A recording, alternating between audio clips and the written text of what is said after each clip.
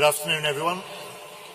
Thank you very much for joining us for this landmark meeting of AUKUS defence ministers, the first ever outside the United States, as we pass the 3-year anniversary of this AUKUS partnership. And I'm delighted to welcome Secretary Austin and Deputy Prime Minister Marles,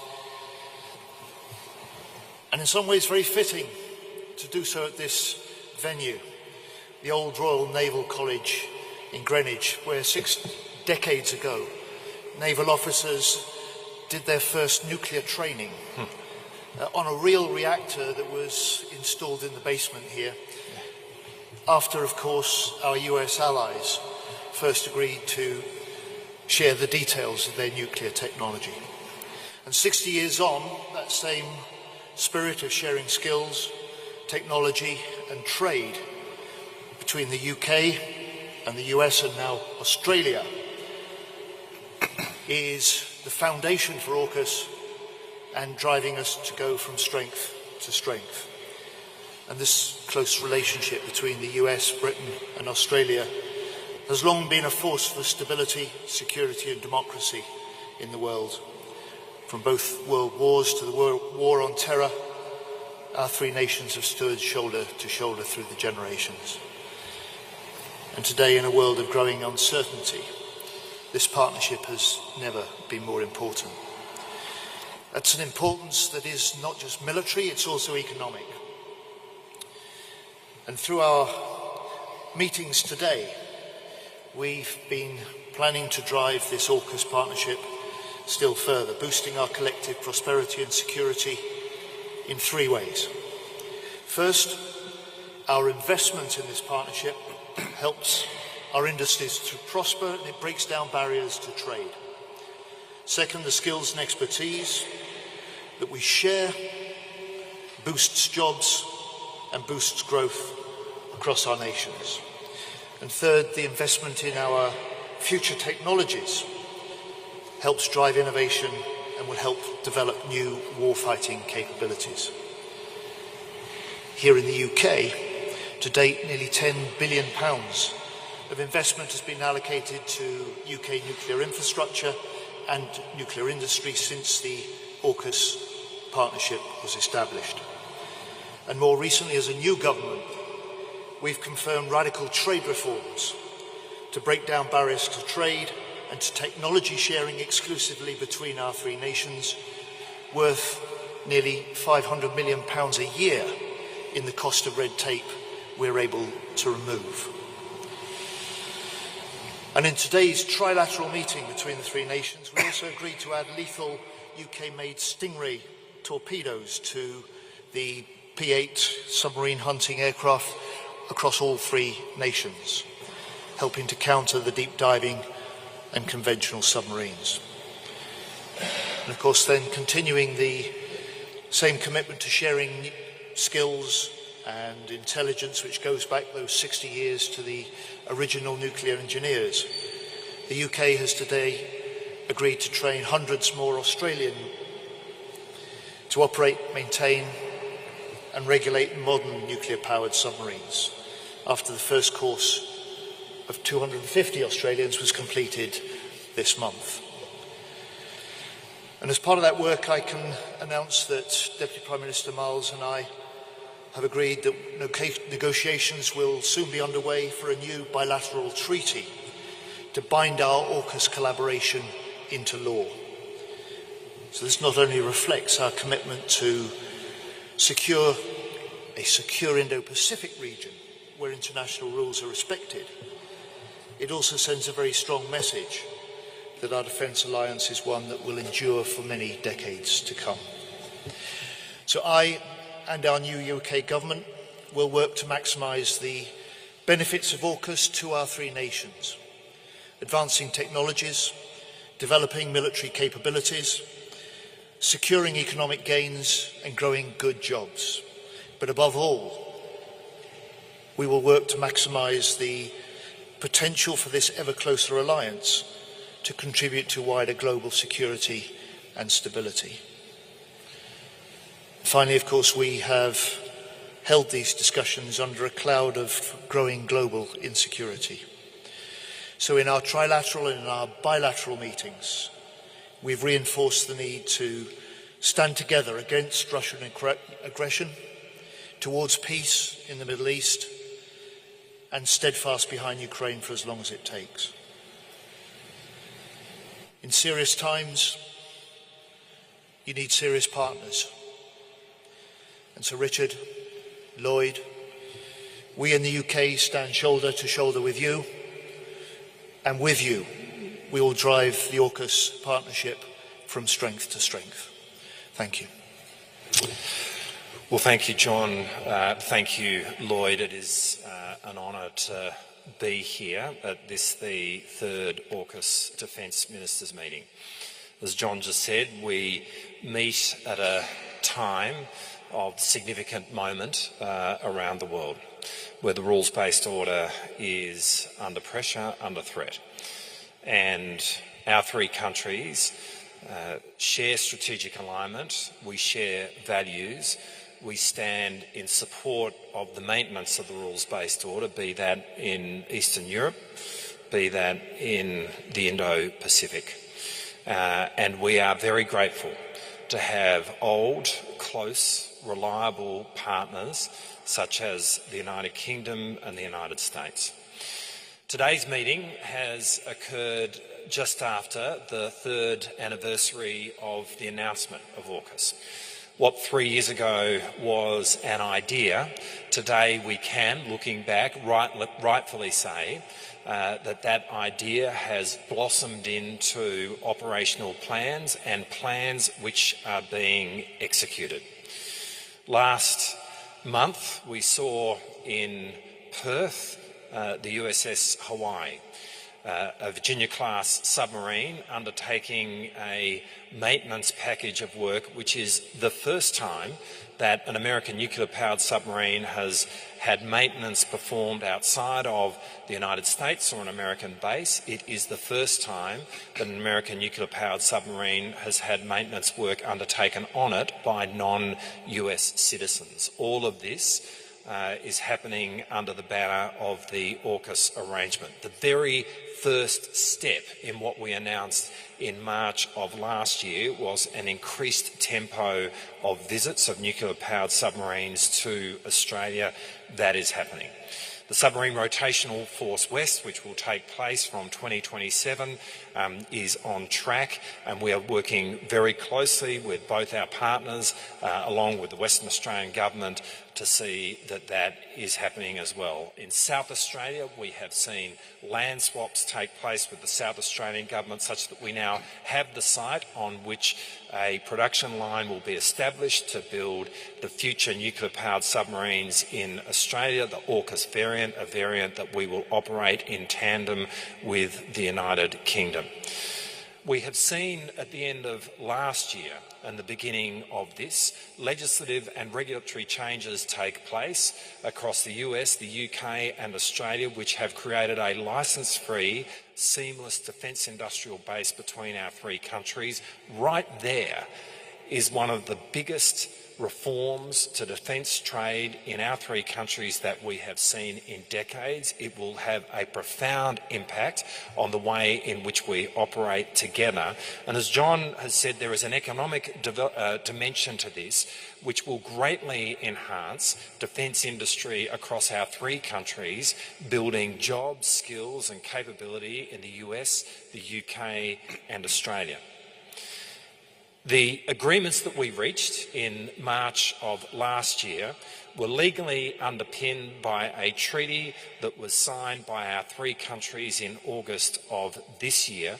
And emanating from that, as John has just said, today we are announcing that negotiations will commence between Australia and the United Kingdom for our own bilateral treaty in respect of those elements of AUKUS which relate to the relationship between the UK and Australia, and that particularly pertains to the development of the SSN AUKUS type submarine in the future.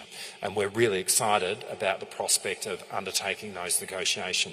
Today we've also talked, though, about the challenges that we face the challenges in respect of the human dimension, making sure that we are training enough submariners to operate these submarines in the future, and we have Australian submariners at the Nuclear Power School in the United States being trained here in the United Kingdom, operating on Astute-class submarines, operating on Virginia-class submarines. We have Australian defence industry workers from ASC who are right now gaining skills, working in Pearl Harbor, and the numbers in each of those areas stand to increase. Australia is funding 4,000 additional university places across our university system in AUKUS disciplines to make sure that we are building the skills that are needed to deliver this project. In respect of AUKUS Pillar 2, we've also seen really significant developments. When we met in California last year, we said that our 3 innovation systems would put out an innovation challenge in relation to electronic warfare, and today we are announcing the winners of that challenge, which in respect of Australia are Nova Technologies in South Australia, Penton, a company in the ACT, and Advanced Design Technology, another company in the ACT, and we certainly congratulate each of those companies on their success in this innovation challenge. We've also worked on developing classified advanced algorithms for the use of AI in terms of processing the vast amounts of data which are picked up by our sonar buoys, which collectively will greatly enhance our decision-making advantage in the undersea domain.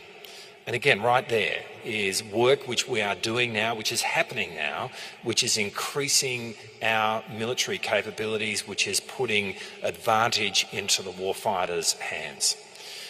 All of this is a demonstration that AUKUS is happening, and it is happening at a pace. And today our conversations have been frank. This is the 3rd occasion on which I have been at a Defence Ministers meeting of AUKUS with Lloyd. It's the first with John, and it is great to have John as part of this team. And there is very much a sense of team as we meet to discuss this project going forward. I think it's fair to say that the personal rapport and friendship which exists amongst the 3 of us up here is emblematic of the closeness of the relationship between our 3 nations, which is now being embodied each and every day in a much deeper way through AUKUS. Thanks, John. Let me start by thanking Deputy Prime Minister Marles and Secretary of State Healey. Richard, John, it's great to see you both. I think our strong relationship makes working on complex issues like this a bit easier. I'm delighted to be here in London for our 3rd AUKUS Defense Ministerial meeting. We've had some very productive discussions today, but before I turn to them, I'd like to take just a few moments to discuss the crisis between Israel and Hezbollah. The situation in Lebanon and northern Israel is deeply troubling. Lebanese Hezbollah, an Iranian-backed terrorist group, began firing rockets into Israel unprovoked on the day after the October 7th terrorist assault by Hamas. And Hezbollah has not stopped since. And like any other state, Israel has a right to defend itself. And almost a year later, tens of thousands of Israeli and Lebanese civilians still cannot safely return home. And we now face the risk of an all-out war. Another full-scale war could be devastating for both Israel and Lebanon. So let me be clear. Israel and Lebanon can choose a different path.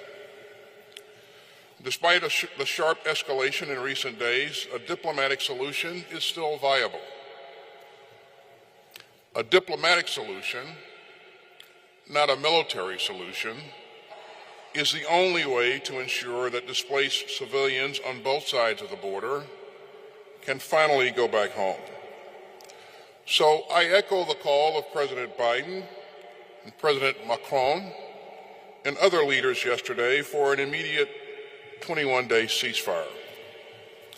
And that will provide time for the diplomacy needed to achieve a durable arrangement that will allow Israeli and Lebanese civilians to return safely to their homes.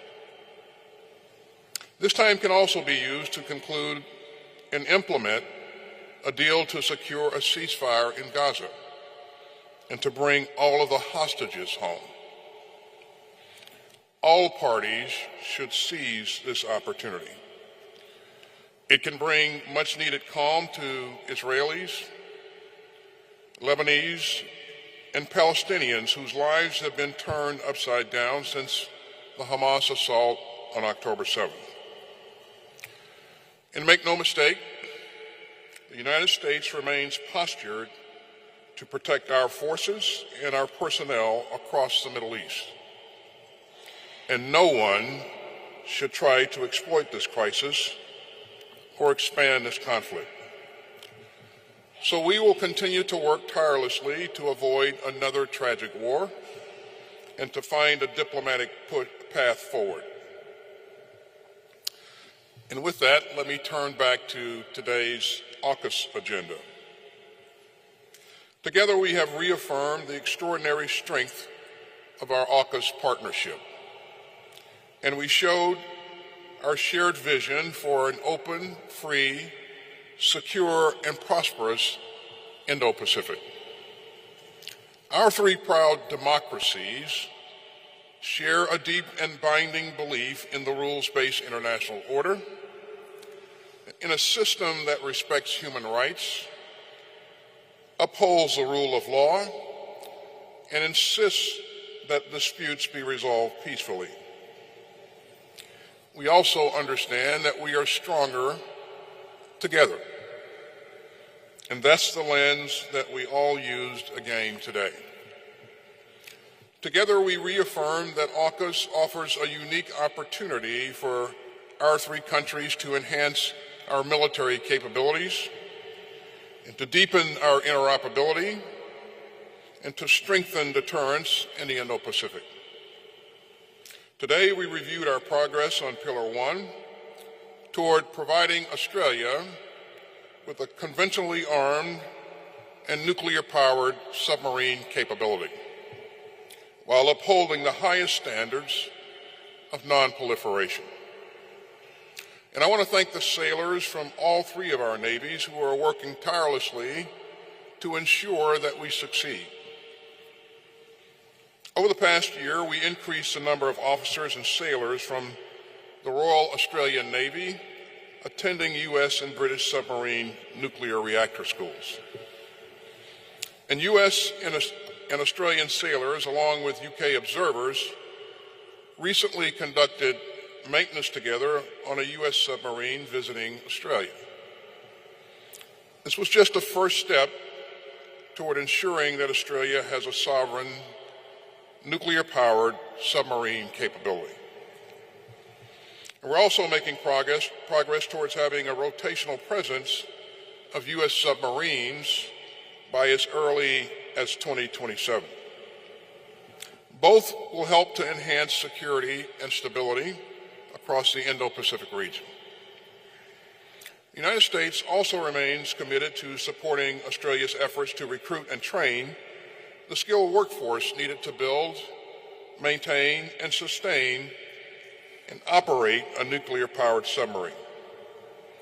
And we applaud the signature of the recent trilateral agreement that will allow for the transfer of naval nuclear propulsion equipment and material among AUKUS partners.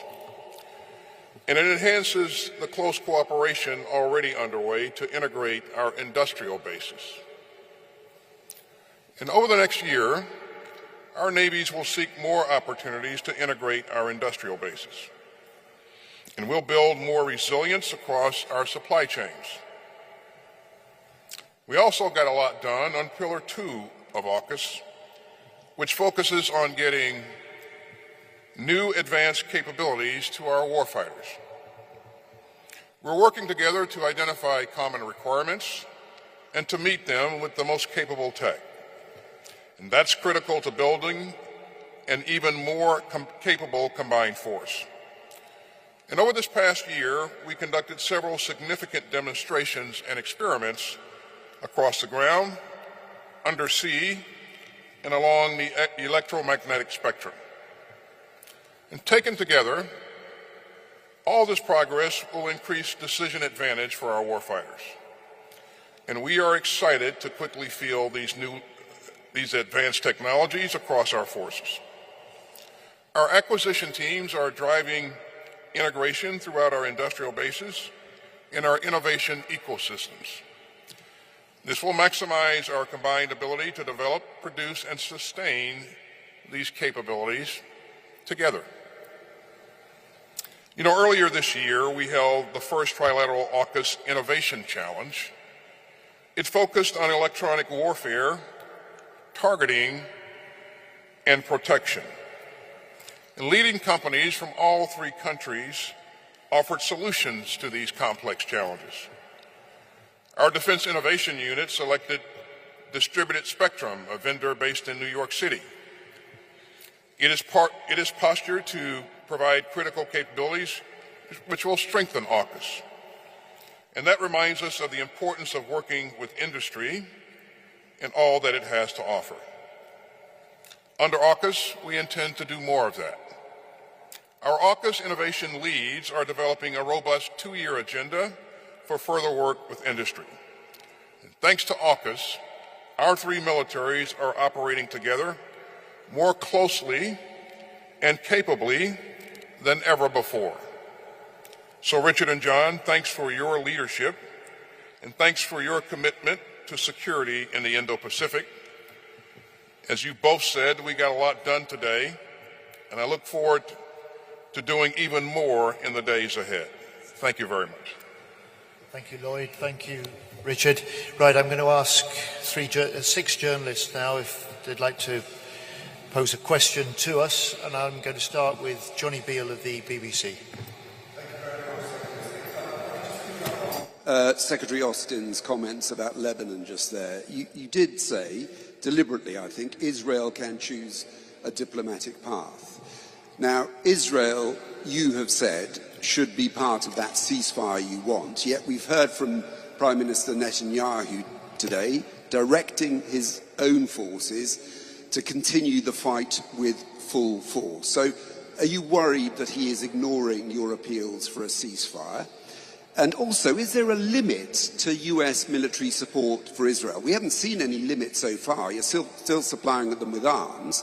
But are there red lines? For example, if Israel chose to carry out a ground invasion into Lebanon, is that a red line for you? And then I'd like to ask our Defence Secretary, are you worried about what Benjamin Netanyahu has said today? He seems to be ignoring those calls for a ceasefire which you back, and is directing his forces, as he says, to continue the fight with full force. Are you any nearer also to those, you put 700 British troops into Cyprus along with more US assets going into the region as well. Are you any nearer to that position where you're going to have to activate an evacuation, a military evacuation of British citizens in the country, because many say they can't get flights out?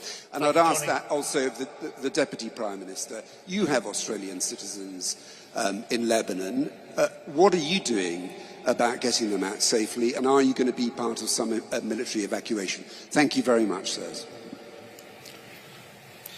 Lloyd, do you want to have first crack at thanks, John. multiple questions? Thanks for the question, John. Israel has stated that its goal is to return its citizens to their homes in the north. And I believe the best and the quickest way to do that is through diplomacy. And I think that, there's no question that both Israel and Lebanese Hezbollah have stated that they do not want to see an all-out war. A war between LH and Israel could be devastating for both entities. And so we believe that the best thing that that can happen is that, we agree to a ceasefire, or the two parties agree to a ceasefire and allow diplomacy to take place. And again, we have been in constant dialogue with our counterparts in Israel. As you probably know, I've talked to my counterpart frequently, and of course, I encourage them to pursue diplomacy every step of the way.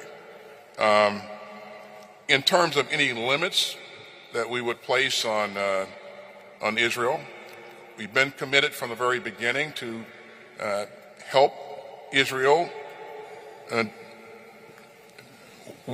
provide the things that are necessary for them to be able to protect their sovereign territory, and that hasn't changed and won't change in the future. So. Thank you. The calls at the United Nations at this time, this week, led by President Biden, by Prime Minister Starmer and a number of other nations for this 21-day ceasefire, unprecedented calls together at the United Nations, offer a pause in the fighting, as Secretary Austin has said, and the chance to see negotiations. There is a way that Israel can see its thousands of displaced citizens return to their homes in northern Israel, and those Lebanese can return to their homes as well, and that's the American-led Hochstein Plan. The Israelis have said they're prepared to accept that, and I urge Prime Minister Netanyahu and the Lebanese Hezbollah leaders to pay heed to the combined voices at the United Nations to do just that. 21 days, a ceasefire where talks can start and the fighting can end and the chance of a longer-term settlement may emerge. On the question of the British nationals in Lebanon, this is our first concern, their safety. It's the first duty of a government, is to look after the interests of its nationals. Our advice on Lebanon has not changed in recent days. It's been the same for weeks. Don't go to Lebanon, and if you are in Lebanon, then leave. And there are at present commercial flights leaving Lebanon. But any sensible government must make preparations for future developments. So I left the Labour Party conference early this week on Tuesday morning. I chaired a meeting of COBRA officials that afternoon to ensure that if we see rapid developments in Lebanon, then Britain, with allies, is ready to respond. And in the last 24 hours, we've flown 700 UK military personnel to Cyprus. They stand ready to act should they be needed at short notice. Well, firstly, Australia has added its voice, along with the US, the UK and other countries, for a call for a 21-day ceasefire to enable diplomacy to have the opportunity to establish a longer-term peace on the Israeli-Lebanon border. There are a significant number of Australian citizens who are in Lebanon, and we have been very mindful of that population of Australian citizens in Lebanon really since this conflict began.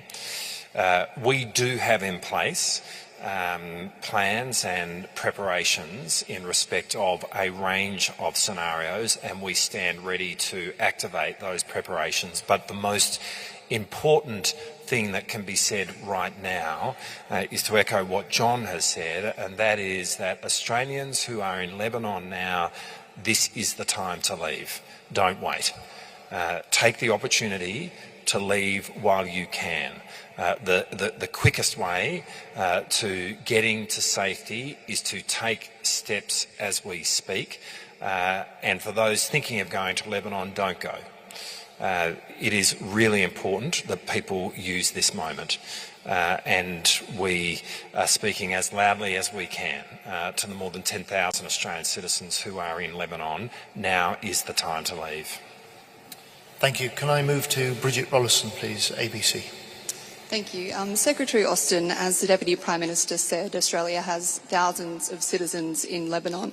Given the close partnership that we've seen evident today, will the US, has there been discussions about how the US could possibly help Australia in getting these citizens out safely? Bridget, there's a bit of an echo, so I couldn't understand the question completely. If you could move your mic a little closer, and speak up a little bit. Sure. I was just wondering if there's been any discussions about how the US can help Australia get their citizens in Lebanon out safely, given the partnership we've seen on display evident here. How we would help Australia leave Lebanon, is that the question? Correct. Australia is a valued ally, and certainly we don't want to engage in any hypotheticals at this point. As you've heard the Deputy Prime Minister say, he is doing things to continue to plan and put means in place to be able to offer options to the Australian leadership if it comes to that. We do the same thing, and as you heard Secretary Healey say, he is doing the same thing. And we are close allies. We will always endeavor to help each other when and if that time comes. But again, that hadn't presented itself yet. But Australia and the UK, I would hope that they would feel that they can always count on the United States of America. Perhaps I might just respond and say there's not been any request, obviously, of the UK or the United States. I mean, right now we are talking about a hypothetical, but the most important message for people today and Australian citizens in Lebanon today is to leave. That's the most important step that people can take. But as Lloyd said, we, in our preparations for a range of scenarios, work really closely with both the US and the UK. There is a history of cooperation which goes back decades. We have seen scenarios in Lebanon previously over the last 2 decades, and they still remain fresh in our minds. But the most important step in relation to all of this as we speak is for Australians in Lebanon to leave today, right now. Thank you. Healey Britsky, CNN. Thank you so much. Secretary Austin, you've spoken with your Israeli counterpart multiple times in the last week. Given Prime Minister Netanyahu's comments today, do you have confidence that Israeli leadership is listening to the U.S. when it comes to this conflict with Hezbollah?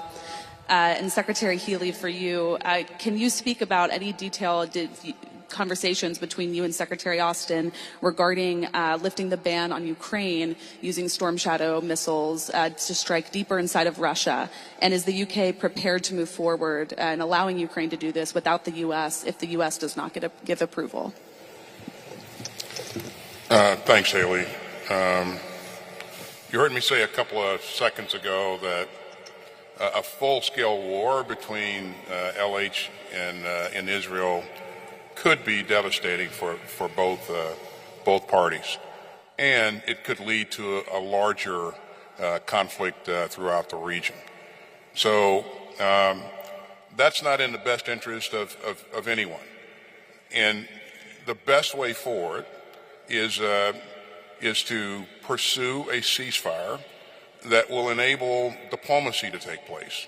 Again, I know that our diplomats continue to engage each other on this issue.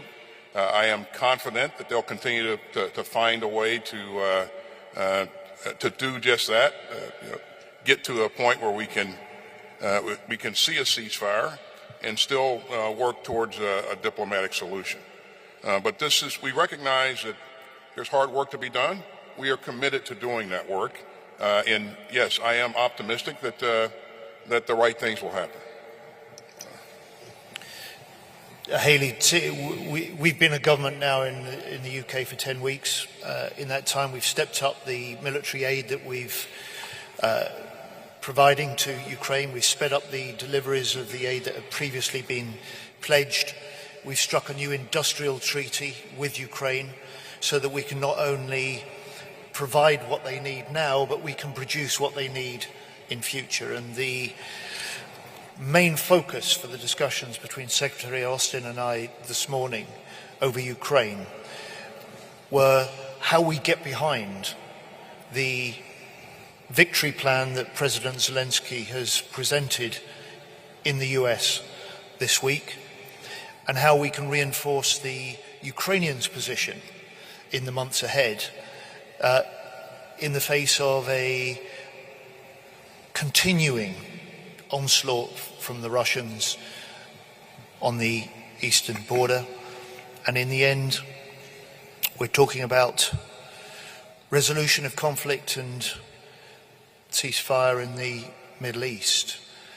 Putin could end the war in Ukraine today if he pulls back his troops and ends his illegal invasion.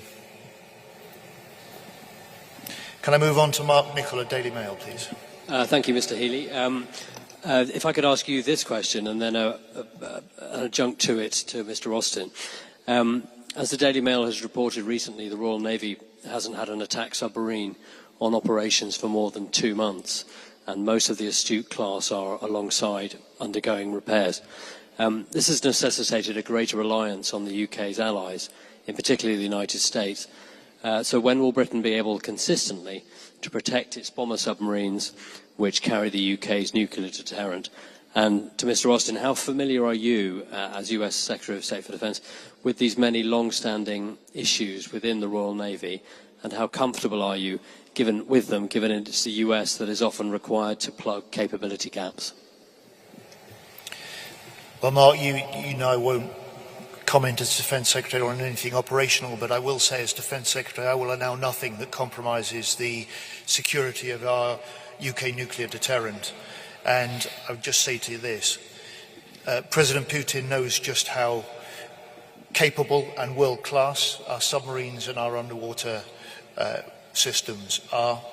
And today we as three nations have been discussing the way that our national forces can be strengthened by being developed and deployed in the future together through the AUKUS partnership. So this is a partnership that reinforces our national securities, but also collaboratively reinforces wider national and international security and stability too. Hey, Mark, I think the question was whether or not I am confident in the UK's capability. Is that correct? Yes. And listen, we have been trusted allies for a long time. We have fought beside each other, bled with each other, faced difficult challenges with each other. And I was telling the ministers earlier today, the short 41 years that I spent in uniform, a good part of that, well over 5 years was in combat, on and off. There was never a place that I went where I didn't have a Brit or an Aussie that was in that formation. That's how closely we've been working together for a long time. Matter of fact, when I was a land forces commander in Iraq, my deputy was a Brit, a man by the name of Sir Richard Barron. You probably know about him or know of him. He rose to prominence in the UK military. But I have confidence in their warfighting capability, their strategic outlook, and their willingness to work alongside us on tough issues, and the same level of confidence with the Australian military. So the short answer is yes. That answer is based upon many years of experience of working with our allies here. So. Thank you. Could I turn to Latika Bork, please, the Knightley? Thank you. Secretary Austin, a revered elder of Mr Marles's party, former Prime Minister Paul Keating, has said that AUKUS is about the United States turning Australia into suckers and a military outpost. What would you say to critics like Mr Keating? And are you concerned about the tone of the debate in Australia around AUKUS and that leading to a slippage in public support for the program? And Secretary Healey, I didn't quite understand your answer on Storm Shadow. Yes or no? Are you willing to go it alone? And Secretary Austin, would you be okay with that scenario if the British decided to go it alone? So, regarding your first question, AUKUS, Pillar 1 of AUKUS will provide a generational capability to Australia that will provide benefits for many, many years to come. It is well worth the investment. It is well worth the effort that we put into it. And we take this very seriously. As you heard Secretary Healey say earlier, we haven't shared this with any other country in 60 years. So this is not a good idea that we woke up one day and said, hey, let's do this. We understood the level of complexity, the commitment, the hard work that would go into this, and the shared responsibilities that would come along with this. And what I've seen throughout in working with our trusted allies here is just that, tremendous commitment. I've seen incredible performance by their sailors, by the Australian sailors, and Secretary Healey, I know would agree with me as we have trained their sailors in our schools recently. Their performance has been quite impressive. This effort extends over several years. And because of that, we know that we need to make sure that we hit every benchmark, every objective over that period of time that we've outlined. And to date, in the third year of our efforts on AUKUS, I can say that we have. And we continue to press forward to make sure that, that we're doing everything that we need to do to ensure that this capability comes to life. And it's already coming to life. You look at what's happening in the schools, what we're doing in maintenance, we're investing in the submarine industrial bases. So we are creating capability, and we are committed to making sure that Australia has what it needs to have going forward, and it will make its own sovereign decisions about what it will do in the future. We fully expect that. But thanks. Let me add to that. I said earlier that we've just completed the first course, our Royal Navy training 250 Australians in nuclear engineering. I'm proud to say also we've got Australian submariners now serving on one of our astute submarines. And we've got Australian experts now in our wider nuclear enterprise. These are just the very first steps. They will increase during the year ahead, and it's part of the way that we bind our AUKUS partnership closer together and we develop it further for the future. On your other question, there really is only one person, that benefits from the public debate about specific capabilities, and that's President Putin. And I would just say to you this: America, that has been outstanding in its leadership in support of Ukraine, and the UK provide military aid and support for Ukraine across a wide range of capabilities. And we do that for the sole purpose to help Ukraine defend itself from this illegal invasion, and we will continue to do that. I might just say a little bit in response to Latika's question as well. Mr. Keating, to to give him credit, has been consistent in his position over a long period of time. What Mr Keating is saying now is what Mr Keating was saying in March of last year, so there's really nothing new in his comments, and obviously he is perfectly entitled to the view that he holds. But what's also not new is the strategic imperative for Australia to walk down the path of acquiring a nuclear-powered submarine capability.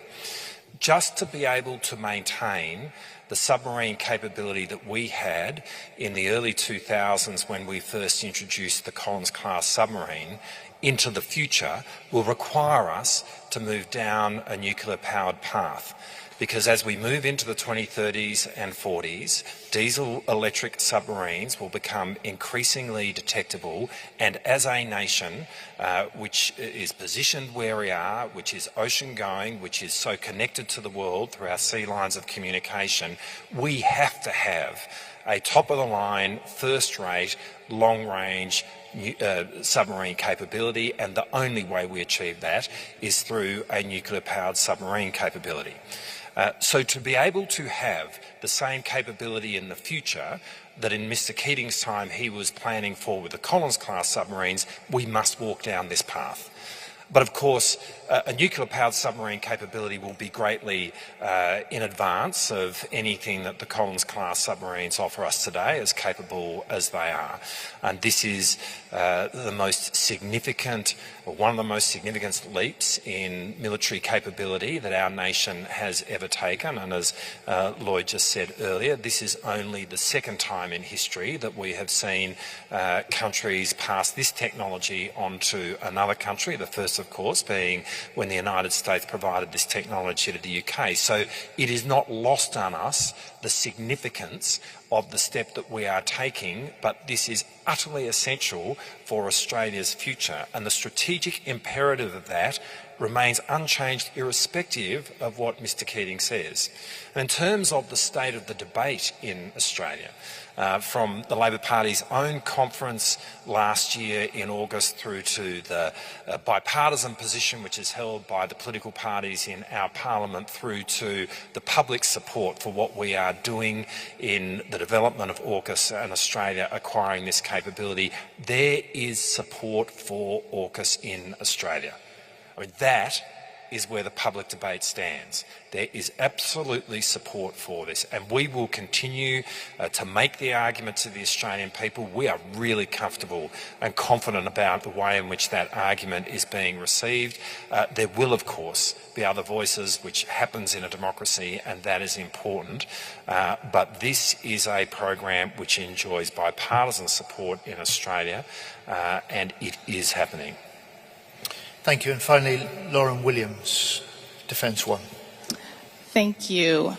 More on submarine production. In the U.S., the Virginia-class program is very behind schedule, it's years behind schedule, and the submarine industrial base challenges have long been known. Are you concerned at all that shipbuilders will able to not only produce what the Navy has already ordered in the U.S., but also produce what Australia is trying to procure? On Pillar 2, there's been a lot of discussion about expanding it to other countries and other technologies. But when you do that, that introduces security risks, cybersecurity risks specifically. Can you talk a bit about how you're going to protect companies' intellectual property, and if you have enough counterintelligence efforts in place to mitigate those? And then in that same vein, with Pillar 2, when you're developing these technologies, I know a lot of it is classified, but still these companies are developing technologies. How are you ensuring that what's being developed will actually end up in the hands of military operators and not necessarily just become experiments? First of all, in terms of our ability to meet the production objectives, of course we're concerned about that, and that's why we're investing more in the submarine industrial base, so that they can continue to expand capacity and place our efforts on a ramp that ensures that we can meet the objectives going forward. And I feel good about some of the things that we're investing in. You know, I met with the leaders of industry and discussed with them with the what they're doing with the additional resources that we're providing, and what they're investing in, how they're using those resources, so I think they welcome that discussion. And what I'm seeing is that we're investing in the right things, and we will be able to expand the capacity going forward, and to meet our objectives. Pillar 2, we do see opportunities to offer other countries the ability to work with us on specific projects. There are countries who want to work with us that bring a lot to the table, and on a project-by-project basis, we will endeavor to work with those countries, ensuring that all the things that you mentioned in terms of protection of IP and those kinds of things, the right things are taking place. We don't take that for granted. And finally, my colleagues will attest to the point that during our discussion today, all three of us hammered home what our North Star is. Our North Star is to make sure that we are producing capability for the warfighter in real and relevant time. We cannot allow to lose that focus. That's our current focus, and it will be our focus, for the foreseeable future going forward. Richard. Let me just finish off by underlining that point about timescales. These are the submarines in particular and Pillar 1 are decades-long programs. This is perhaps the most complex engineering and technologies on the planet, but there is an imperative to see every day counts, because it's what we do now and in the weeks and months ahead now that will determine whether or not, to time, towards the end of the 2030s, the first AUKUS submarines are built and put into operation. And in our discussions, that theme ran throughout. Timescales are tough, but they're essential, and that together we are absolutely determined that we will deliver. So thank you. Thank you all. Thank you all very much.